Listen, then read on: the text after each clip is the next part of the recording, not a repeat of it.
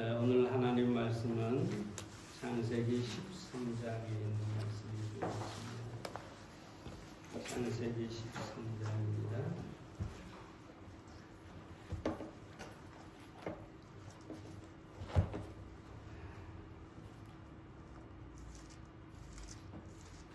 아, 8절과 9절 말씀만 본문으로 읽겠습니다. 창세기 13장 8절 9절 말씀입니다. 아브라함이 롯에게 이르되 우리는 한 권륙이라 나나 너나 내 목자나 네 목자나 서로 다투게 말자. 우리 앞에 온 땅이 내 앞에 온 땅에 있지 아니하냐? 나를 떠나라. 내가 좌하면 나는 우하고 내가 우하면 나는 좌하리라.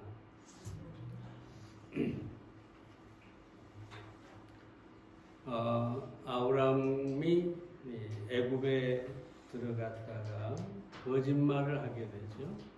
그리고 아내 사레를 바로에게 빼앗길 뻔했습니다. 하나님께서 개입하심으로 사레를 다시 찾게 되었지만 더 이상 아브라함은 애굽 땅에 머물 수가 없었습니다. 그래서 다시 가나안 땅으로 돌아오게 됐고 처음 단을 쌓은 곳에서 여호와 하나님의 이름을 불렀습니다. 그런데 아브라함과 롯의 목자들이 서로 다툼이 일어났습니다. 애굽에서 바로로부터 많은 짐승의 떼를 받고 살해의 대가로 받고 돌아왔는데 짐승이 많아지니까 롯의 목자와 아브라함의 목자가 서로 다투게 되었습니다. 그것을 한 아브라함이 네가 좌하면 내가 우하고 네가 우하면 내가 좌하리라 하면서 서로 갈라서게 되는 것이죠. 이것은 어쩌면 하나님의 뜻입니다. 왜냐하면 아브라함을 부르실 때 내 본토 친척 아비 집을 떠나라 그랬거든요. 그런데 롯은 조카였어요. 친척이었습니다. 아버지는 하란에서 죽었지만 이 롯은 끝까지 가나안 땅에서 아브라함과 함께 있었어요. 그래서 결국은 이 많은 이 짐승의 때 때문에 서로 나누어지게 되는데 아브라함의 이제 분리가 이루어진 것을 우리가 보게 됩니다. 오늘 우리는 이 본문 속에서 몇 가지를 좀 생각해 봅니다. 첫째로 아브라함은 회복케 하는 단으로 돌아왔습니다. 4절 말씀을 다시 봅니다. 그가 처음으로 단을 쌓은 곳이라 그가 거기서 여호와의 이름을 불렀더라. 아브라함은 애굽에서 여호와 하나님의 이름을 부르지 않았습니다. 왜 그랬을까요? 사레가 너무 아름다워서 자기를 죽이고 사레를 빼앗아 갈 것이라고 두려워했던 아브라함은 우상 숭배로 가득한 애굽 땅에서 여호와 하나님만이 나의 하나님이다 이렇게 고백할 수가 없었습니다. 그거야말로 진정한 생명의 위협을 가져다 주는 것이었기 때문입니다. 그래서 아브라함이 다시 가나안 땅에 돌아와서 가장 먼저 찾은 곳이 처음 단을 쌓았던 곳입니다. 베델과 아이 사이에 이 상수리 나무 그 아래 단을 쌓았는데 거기에 이르게 되었던 것이죠. 그리고 하나님의 이름을 불렀습니다. 이 사건은 뭘까요? 아브라함의 영적 회복입니다. 믿음의 회복이고 아브라함의 신앙이 회복되는 그런 시점을 말하는 것입니다. 다시 말해서 애굽에 가가지고 거짓말도 하고 또 바로에게 사례를 빼앗기려고도 했고 여러 가지 이런 어려운 문제들이 있었는데 그가 하나님의 이름을 부르면서 다시 자기의 신앙을 회복했다. 이렇게 말할 수가 있겠습니다. 여기서 말씀드리고 싶은 것은 뭐냐면 아브라함은 다시 하나님의 부름을 받을 필요가 없었다는 것이죠. 이미 하나님의 부름을 받아서 가나안 땅에 왔던 사람인데 그가 애굽에 잠깐 타락하여 내려간 것이죠. 그런데 돌아왔을 때 다시 부른 것이 아니라 이미 부르신 하나님 앞에 자기의 신앙을 회복하고 있는 시간이다. 그렇게 말할 수가 있겠습니다. 자, 여러분. 한번 구원받은 성도들은 다시 구원받을 필요가 없습니다. 한번 영생을 얻은 성도는 다시 하나님으로부터 영생을 받을 필요가 없습니다. 하나님 앞에 죄의 사함을 받은 사람은 다시 죄의 사함을 받을 필요가 없습니다. 물론 이런 사람들이 신앙생활을 하다가 이 아브라함처럼 세상에 나가서 타락할 수가 있습니다. 그러나 타락했다고 해서 다시 구원받거나 다시 죄사함을 받을 필요가 없다는 것이죠. 오직 필요한 것은 뭐냐? 영적으로 회복하는 것만이 필요하다는 것입니다. 여러분 요한복음 13장에 보면 예수님께서 제자들의 발을 씻긴 사건을 우리가 잘 알죠. 예수님의 제자들의 발을 씻겨주려고 하니까 베드로가 뭐라고 합니까?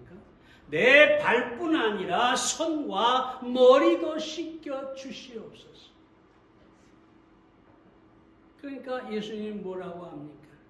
이미 목욕한 자는 발 밖에 씻을 필요가 없느니라. 온몸이 깨끗하니라. 이 발은 그럼 무엇입니까? 제자들이 그 광야의 길을 걸을 때 이스라엘 사람들은 샌들을 신었는데 자연히 그 메마른 땅에서 먼지가 발에 묻을 수밖에 없는 것이죠. 이걸 영적으로 본다면은 우리가 이 세상을 살아갈 때에 우리는 세상에서 세상의 먼지, 세상의 죄 이것들이 우리에게 묻을 수밖에 없다. 그래서 예수님께서 뭐라고 하느냐? 너희는 이미 목욕을 했다. 너희는 이미 죄사함을 받았다. 너희는 이미 구원을 받았다. 이제 필요한 것은 발밖에 씻을 필요가 없다.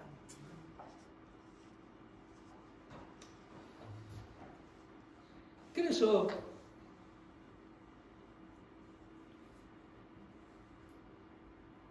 아브라함이 상수리 나무 아래서 여호와의 이름을 부르고 영적 회복을 가져왔는데 여러분 이 상수리 나무는 우리가 십자가로 볼 수도 있겠습니다.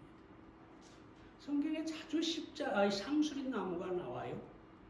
야곱도 베델로 올라가기 전에 가나안 땅으로 돌아가기 전에 상수리 나무 아래서 제단을 쌓고 그 상수리 나무 아래 그 바단 아람에서 입었던 모든 옷들, 우상들 다 거기에 묻어버리고 새롭게 출발하는 것을 보게 됩니다.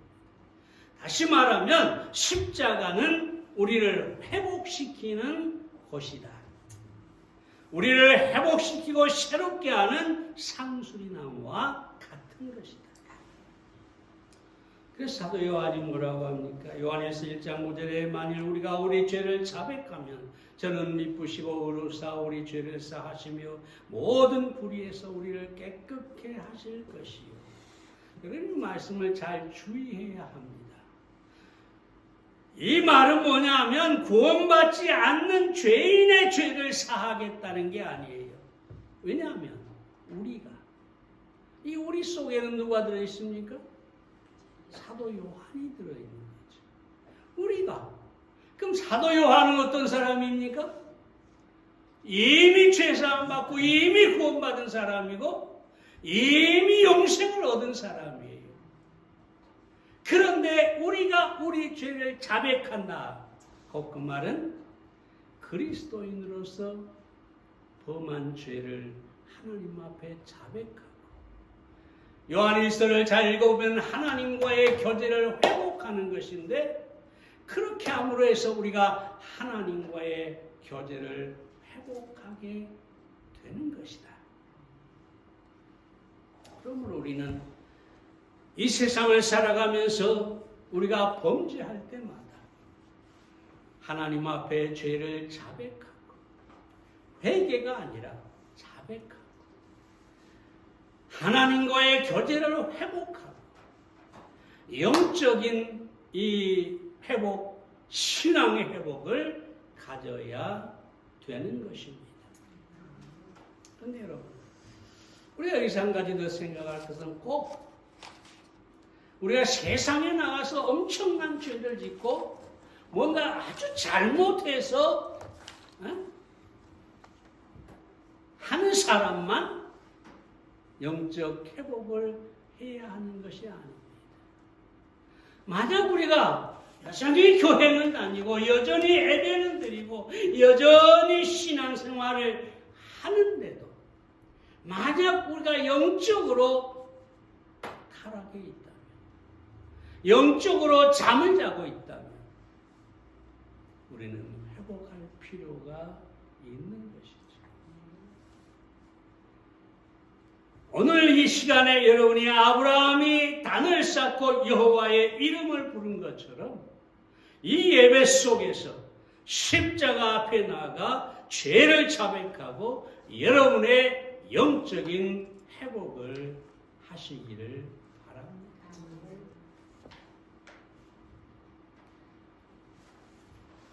A.W. 토저가 십자가에 못 박힌다는 의미를 세 가지로 말했는데 첫째, 한 방향만 보는 것이다. 무엇만 본다는 얘기일까요? 십자가, 우리 주님만 바라본다는 거죠. 둘째, 뒤로 물러나지 않는다. 뒤로 물러난다는 말은 타락이죠. 영적으로 타락하지 않고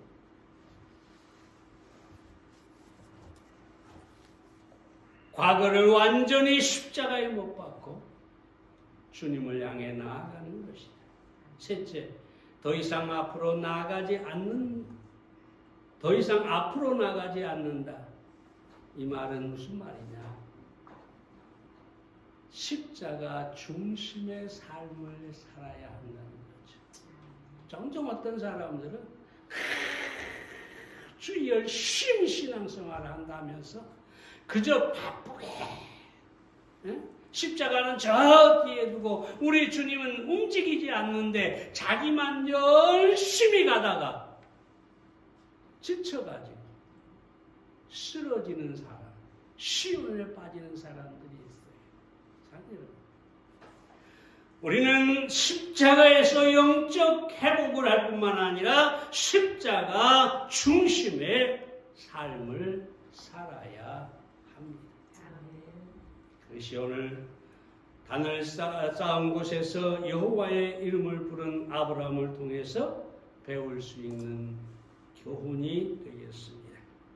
두 번째로 아브라함은 화평을 구했습니다. 9절 말씀을 봅니다. 내 앞에 온 땅이 있지 아니하냐. 나를 떠나라. 내가 좌하면 나는 우하고 내가 우하면 나는 좌하리라. 이 화평에 대해서는 자주 말씀을 드렸습니다만 이 아브라함이 롯에게 한 말이 또 있지요. 뭐라고 합니까? 8절에 있는 말씀에 보면 나나 너나 내 목자나 내 목자나 서로 다투게 말자. 아브라함이 원하는 것은 더 좋은 땅을 차지하는 게 아니었어요. 더 많은 이익을 얻는 게 아니었어요. 아브라함이 원하는 것은 조카인 너와 내가 다투지 말자, 싸우지 말자, 화평하게 지내자. 그러니까 아브라함이 가치를 둔 것은 뭐냐? 물질도 아니고 다른 어떤 것도 아니고 땅도 아니고 오직 뭐요? 화평이었어요. 오직 화평. 여러분, 그리스도의 삶에서 최고의 가치 중에 하나가 화평입니다. 예수님께서 십자가에 돌아가셨는데 왜 돌아가셨을까요? 에베소서 2장에 보면 화목케 하려고, 골로새서 1장 20절에 보면 그의 십자가의 피로 화평을 이루사 만물 곧 땅에 있는 것들이나 하늘에 있는 것들을 그로 말미암아 자기와 화목해 되기를 기뻐하십니다. 왜 십자가를 졌느냐? 왜 그 고통의 십자가를 자원해서 기꺼이 졌느냐? 예수님이 바라고 예수님이 최고의 가치로 두는 것은 바로 화평이었기 때문입니다. 내가 십자가에 죽는 이 죽음보다, 이 고통보다 화평이 우선한다는 거죠. 그게 최고라는 거죠. 그러니까 화평이라는 것은 십자가에서 죽는 그 값을 지불하는 것보다 더 크다. 사랑하는 여러분, 우리는 화평의 가치를 부여해야 합니다. 오늘은 왜 사람들이 다투고 싸우고 왜 불행하고 왜 고통을 받습니까? 화평이 없기 때문입니다. 화평이 없는 이유는 뭡니까? 화평을 중요하게 생각하지 않아요. 오로지 중요하게 생각하는 것은 돈이고 자기 명예고 자기 지위고 세상에 속한 것들이 더 가치가 있다고 합니까? 너와 내가 다투고 너와 나 사이에 화평이 깨어져도 상관이 없다. 내 이익만 챙기면 된다.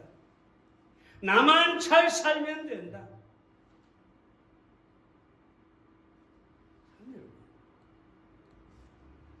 우리에게 오늘 화평은 얼마나 가치가 있습니까? 다른 사람과의 관계, 하나님과의 관계 속에서 과연 얼마나 화평을 구하고 있습니까?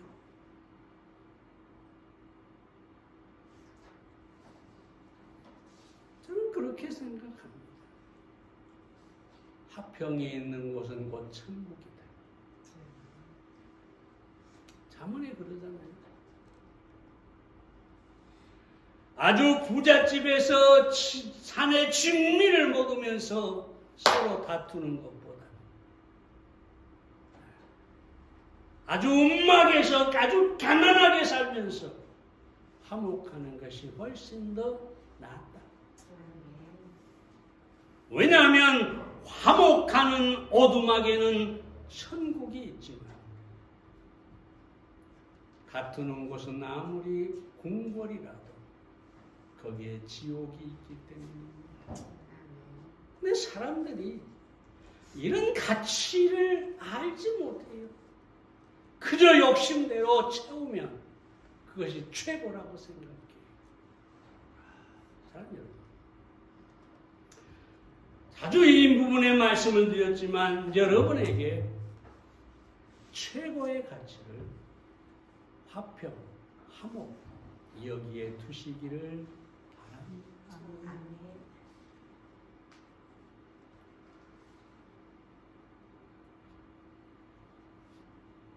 어떤 사람이 한 얘기 제가 다시 한번 말씀드립니다. 하버트 버스웰이라고 하는 미국의 유명한 배우였는데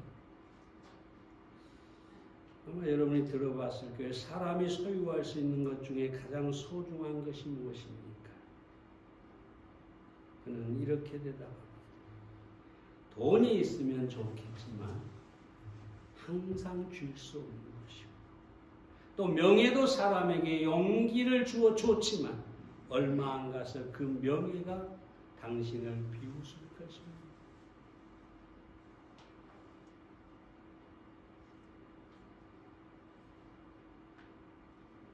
그러므로 마음의 참 평화를 가지는 게 가장 중요한 요소입니다. 소유입니다. 중요한 가치라는 거죠.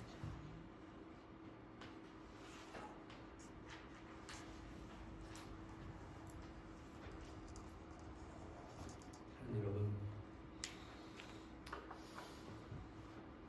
우리는 아브라함처럼 자신의 이익보다, 자신의 권리보다, 자기가 삼촌이니까 권리가 더 앞서죠. 삼촌으로서의 자기 권리보다 둘 사이의 화평을 가치 있게 여기고 그것을 추구했다는 것입니다. 우리의 삶에 오늘만한 사람들이 보이는 것, 그래서 세상적인 것, 우리의 탐욕을 채워주는 것, 여기에 가치를 부여하고 있다. 우리는 보이지는 않지만, 물질적인 것은 아니지만 이 화평을 최고의 가치로 두어야 하겠습니다. 예수님께서 마태복음 5장 9절에서 화평케 하는 자는 복이 있다. 하나님의 아들이라 일컬음을 얻을 것입니다.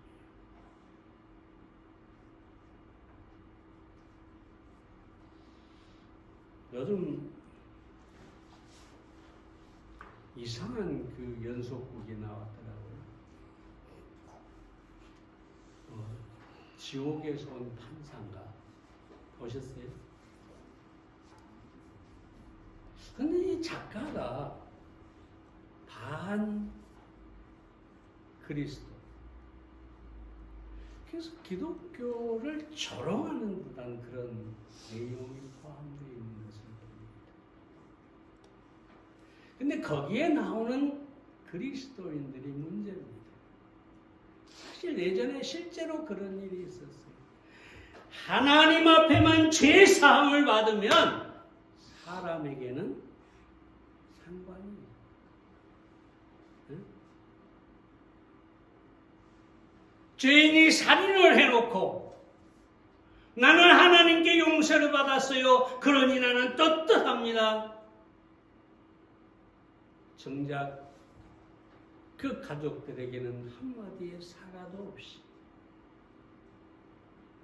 이런 그리스도인의 모습을 비추고 있는데, 안타깝게도 그런 것이 우리의 현실에서 얼마든지 있을 수가 있다는 것입니다.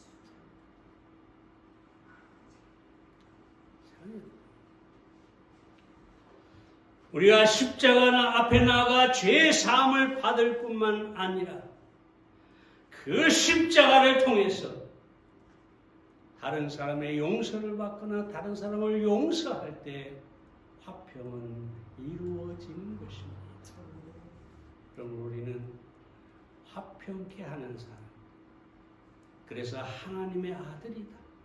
아, 저 사람은 정말 하나님의 아들이다. 하나님의 딸이다. 이런 말을 듣는 삶을 살아야 하겠습니다. 세 번째로, 아브라함은 소망을 하나님께 두었습니다. 14절과 15절 말씀을 봅니다.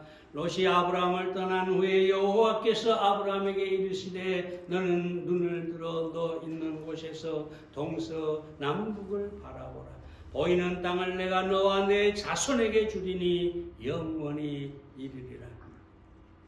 아브라함이 내가 좌하면 내가 우하고 네가 우하면 내가 좌하리라 이렇게 했는데, 롯은 눈에 보이는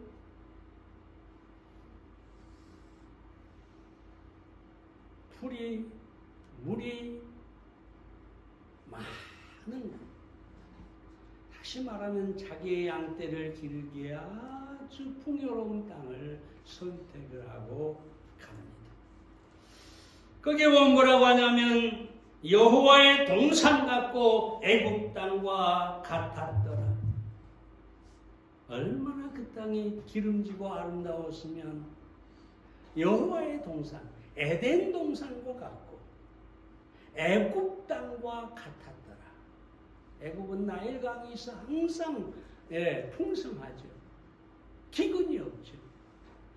그러니까 이 롯이 그곳을 선택해서 가게 되는 것을 보게 됩니다. 그러나 여러분, 이 롯에 대해서 자세히 말씀드리지 않겠습니다. 예전에 이 부분에 말씀을 드렸기 때문에. 근데 10절 중반절에 보면 여호와께서 소돔과 고모라를 멸하시기 전이었는데, 언제까지 그 땅이 에덴 동산 같고 그 땅이 애굽 땅과 같았느냐? 하나님이 멸하시기 전까지. 여러분, 이 세상은 하나님께서 반드시 멸하실 것이라고, 심판하실 것이라고 정해 놓은 곳입니다. 우리가 롯처럼 세상을 선택하고 세상의 불을 쌓고 세상을 추구하여 간다면 분명히 알아야 합니다. 이 세상은 심판이 있을 수밖에 없다. 그래서 롯처럼 모든 것을 잃게 될 것입니다. 롯에 대해서는 여기까지만 보고 오늘 이 아브라함을 생각해 보겠습니다. 아브라함은 왜 네가 우하면 내가 좌하고 이런 표현을 했을까요? 왜 그렇게 할 수 있었을까요? 아브라함은 하나님의 약속을 믿었기 때문입니다. 하나님이 그 땅을 자기의 후손에게 주신다고 하셨고, 그 약속의 말씀에 믿음을 두었기 때문에 아브라함은 그저 선택을 롯에게 맡기고 자기 자신은 하나님께 맡긴 것을 우리가 알 수가 있습니다. 또 아브라함은 자신의 선택이 어떠하든 간에, 롯이 무엇을 선택하든지 간에 자기 자신의 미래가 하나님의 손에 있다. 이 믿음이 있었기 때문에 그는 네가 우하면 내가 좌하고 네가 좌하면 내가 우한다고 이렇게 말한 것입니다. 누군가 말하기를 미래가 하나님께 속해 있다는 사실, 이것이 바로 소망이다. 우리의 미래가 하나님의 섭리 속에 있다. 내 미래는 하나님께 있다. 이 믿음을 가진 사람은 소망이 꺾일 수가 없습니다. 아무리 어려운 상황에 처해도 절망이 나를 지배한다 할지라도 내 미래는 하나님께 속했다. 이 믿음을 가진 사람은 소망이 절대로 꺾일 수가 없는 것입니다.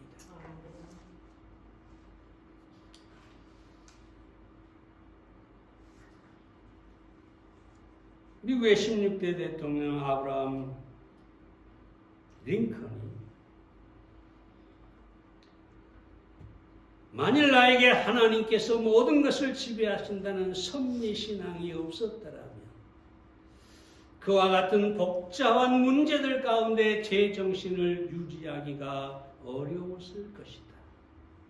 나는 전능하신 하나님께서 계획을 세우시고 그것들을 실현시켜 가신다는 것을 굳게 믿고 있다. 항상 하나님의 인도하심을 구하고 나의 계획을 그분께 내어놓고 그분께서 허락하셨다는 확신이 없는 한 결코 그것을 실천하려고 하지 않았다. 내가 이 중직, 이 대통령의 직을 맡은 이래로 단 하루도 하나님의 도움이 없이 내 직무를 해왔다고 생각한다. 나는 이 세상에서 가장 주제넘고 어리석은 작자인 것이다.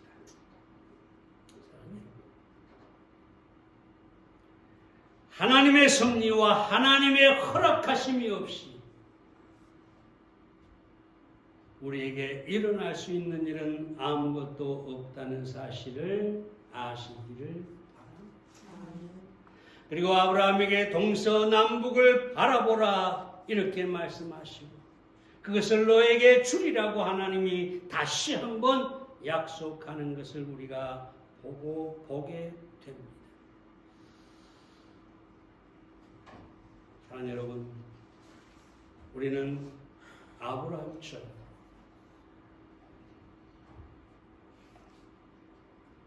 소망을 가지고 하나님의 약속을 믿음으로 소망을 가지고 용기 있게 살아가야 할 것입니다. 소망을 가진 사람이 용기가 있고 소망을 가진 사람만이 헌신할 수가 있는 것입니다. 미래에 대한 소망이 없는 사람은 현재를 지키려고 발버둥을 치지. 내가 가진 것을 손에서 놓지 않으려고 정말 힘들게 붙잡고 있지. 그러나 미래에 소망이 있고 하나님의 약속이 있고 하나님의 축복이 있다는 것을 아는 사람은